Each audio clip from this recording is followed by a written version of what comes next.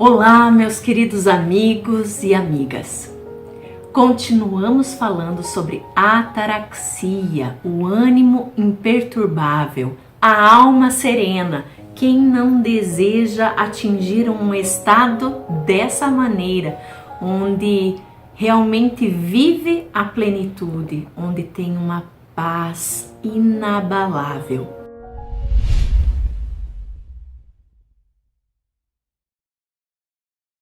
Para isso, hoje estaremos falando sobre os fundamentos da ataraxia. E o primeiro deles, nós já tínhamos falado na semana passada, que era sobre a coragem. A coragem, ela vem do coração. Coragem, nós aprendemos que não é não ter medo. Coragem é você agir com o teu coração apesar do medo. E hoje então veremos sobre autoconhecimento, porque para que você tenha um ânimo imperturbável, uma alma serena, é necessário que você se conheça. Para isso quero tomar a frase "Conhece-te a ti mesmo", esse aforismo grego que revela a importância do autoconhecimento. Essa frase ficou famosa através de Sócrates, que havia ido até o templo de Delfos, construído a Apolo, deus grego do sol, da beleza e da harmonia. Na verdade, essa frase ninguém sabe quem é o autor de fato. Grande parte dos estudiosos dizem que é de Tales de Mileto, mas é bem interessante associar essa frase ao templo de Luxor, lá no Egito, sim, no Antigo Egito. Um dos provérbios inscritos no templo é: "O corpo é a casa de Deus". Essa frase você vai encontrar inscrita assim que você entra no templo. Essa parte do templo era destinada, ela era utilizada pelos visitantes, aqueles que queriam se achegar, ter um pouco mais de espiritualidade.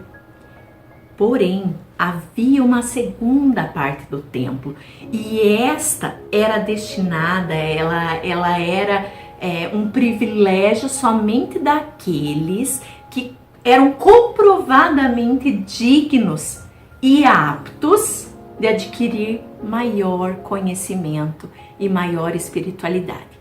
E quando você adentrava esse segundo lugar, digamos, de intimidade, de santidade, lá havia uma outra inscrição, a qual dizia: "Homem, conhece-te a ti mesmo, assim conhecerás os deuses".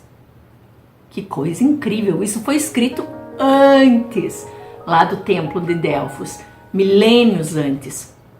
Incrível! Na primeira parte do templo, então, estava escrito: "O corpo é a casa de Deus". Olha que coisa profunda, o corpo é a casa de Deus. E depois, lá na parte íntima do templo, "Homem, conhece-te a ti mesmo, assim conhecerás os deuses".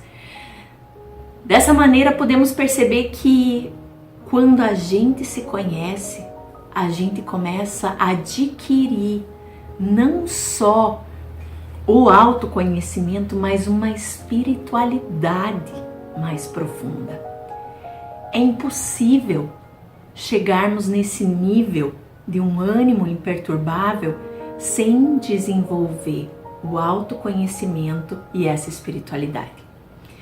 Então, você quer se conhecer? Você quer realmente adquirir uma espiritualidade maior? No que isso impacta? O autoconhecimento transforma a nossa cosmovisão.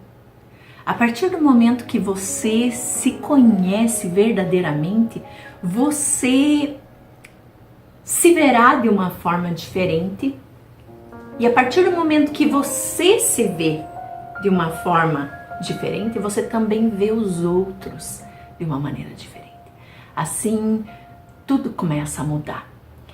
Freud, ao escrever sobre os mecanismos de defesa inconscientes que nós utilizamos no dia a dia, todos nós temos esses mecanismos inconscientes de defesa, ele fala sobre a projeção, que é exatamente isso, é essa cosmovisão que temos. A maneira como nós nos vemos, nós projetamos no outro. O outro é um espelho da tua alma, sabia disso? Então, nessa projeção, Freud explica, por exemplo, vou dar um exemplo básico. Pensa numa pessoa assim mentirosa e fofoqueira, aquela coisa rasa, baixa, que a gente encontra muito na sociedade. Aí você vai conversar com ela, ela diz assim: menina, não se envolva com fulano de tal, porque você não imagina, o cara é um mentiroso do caramba, fofoca, vive falando mal de todo mundo. O que aconteceu? Ela acabou de projetar no outro a fofoca que ela mesma faz, as mentiras que ela mesma conta. Eu gosto de falar sobre abuso emocional e eu tenho um vídeo que fala sobre isso. E o abusador se utiliza muito desse mecanismo de defesa inconsciente, onde ele projeta no outro aquilo que ele é. Se ele talvez tenha a falha, por exemplo, de ser infiel, talvez estar tendo um caso fora, uma infidelidade, ele acaba chegando em casa e projetando isso na mulher, chamando ela de nomes pejorativos, abusando dela emocionalmente, tendo ciúmes horríveis. Por quê? Porque ele lá fora na rua faz isso. Aí ele acha que a mulher também é assim. Por quê? Porque o outro é espelho da nossa alma. Quando você tem um coração puro, um coração bom, você vai projetar nos outros a bondade. Pode ver aquela pessoa bondosa, aquela pessoa maravilhosa, ela acha que todo mundo é bondoso e maravilhoso. Por isso ela acaba sendo enganada várias vezes, até que ela descubra isso e comece a abrir um pouco o olho. Mas nós vemos no outro aquilo que nós somos. Então veja quanto é interessante a gente se conhecer. Para conduzir isso, hoje só vamos dar uma palhinha acerca desse assunto. Eu vou falar sobre algumas perguntas que você pode fazer para si mesmo, para se autoconhecer. Por exemplo, quais são os meus pontos fortes? Quais são os meus pontos fracos? Faça isso escrevendo num papel, porque é muito importante, a escrita ela clareia as nossas ideias. Então, escreva lá pontos positivos, pontos negativos. E a partir daí você pode saber o que você precisa aprimorar. Se daqui a pouco você tem dificuldade em se controlar. Meu ponto negativo é que eu sou estouradão. Aí você sabe que precisa daqui a pouco estudar sobre isso, entender como eu posso me controlar melhor, e daqui a pouco a gente vai falar sobre isso, autocontrole. Então, a partir desse entendimento dos meus pontos fracos e pontos fortes, faça uma ligação com os teus pais. Nós somos, sim, resultado daquilo que nós vivemos também na nossa infância, da cosmovisão dos nossos pais, da maneira como eles nos criaram, da maneira como nossa personalidade foi desenvolvida.